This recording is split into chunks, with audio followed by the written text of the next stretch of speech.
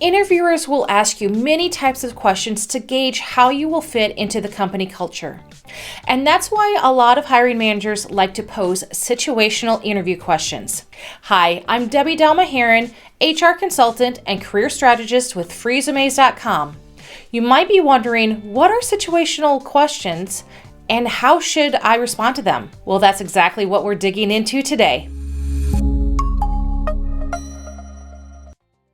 Let's begin with addressing what situational interview questions even are. First, they probe your decision-making skills. Next, they are aimed at assessing your personality. The goal of the hiring manager is to understand how you might handle a crisis or a tough decision. To do that, they ask you to role-play some common workplace scenarios and explain your actions. Your answers give them insights into how you would handle real-life difficult situations or how you've dealt with them in the past.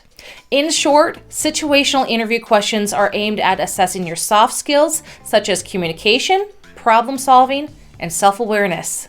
Now, what is the difference between situational and behavioral interview questions?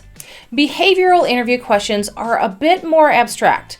These are reflective questions where you would be asked to recall an event that has already happened to you. One example would be, talk about a time when a coworker wasn't doing their fair share of work. While situational interview questions are similar, they prompt you to provide a more context-relevant response to the problem at hand. An example of one of these types of questions is, what would you do if your main sales account decided to walk away from the company? Next, we are going to cover popular situational interview questions and the answers to those. While we can't tell you exactly what situational interview questions you'll be asked, there are several that are very likely to come up during your conversation. You can use these examples to model your own replies. Example question number 1. What would you do if your coworkers rejected your idea? Before answering any interview question, always think about the why behind it. Here, the interviewer wants to assess your interpersonal skills, understand how you handle negative feedback, and see if you can influence your ideas. To answer this question, you could respond with, first, I'd solicit feedback to understand their position better. Once I understood where they're coming from, I would provide further details or clarifications on their concern. I might ask to give a more detailed presentation to address these. Now, in the event they were correct, I would acknowledge that my idea was not feasible. Another situational question that may come up is, what would you do if you saw a coworker lie to a customer? The point of this question is to explore your ethics and gauge your conflict management skills.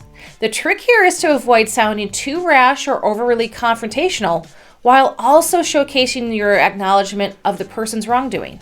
Your answer could be, if the lie put the company at risk or created a dangerous situation, I would intervene immediately.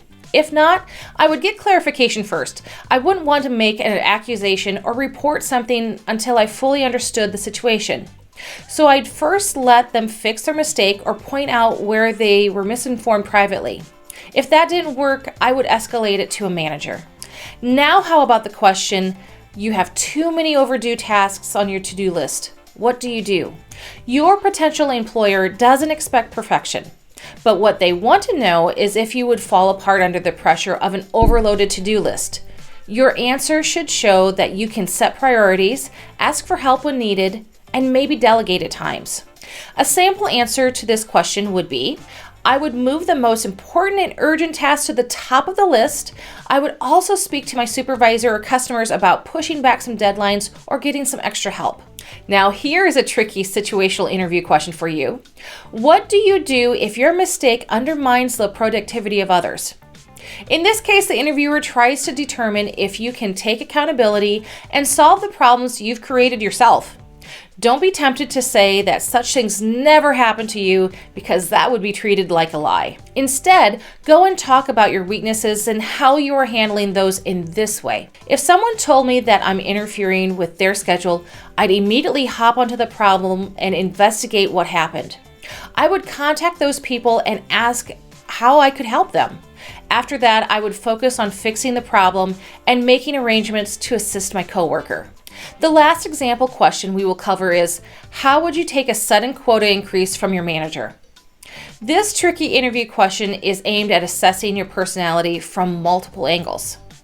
First, can you assess a situation to determine that something is wrong? Next, can you approach a member of management with a problem in a direct yet respectful way?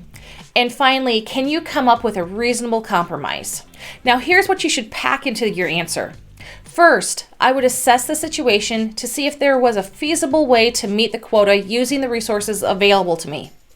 If that's not possible, I would identify the lack of resources. Finally, I would approach the manager with that information and a realistic number that could be accomplished. Remember, no matter what type of interview question you get asked, there's a simple formula for modeling your response. First, consider what the interviewer is trying to learn about you. There's always a reason behind the question. Then formulate an answer that addresses their concern and portrays you as a conscientious, empathetic, yet goal-driven employee. Follow this formula and you'll be golden in your next interview. Give this video a thumbs up if you like it and click subscribe to get more helpful tips.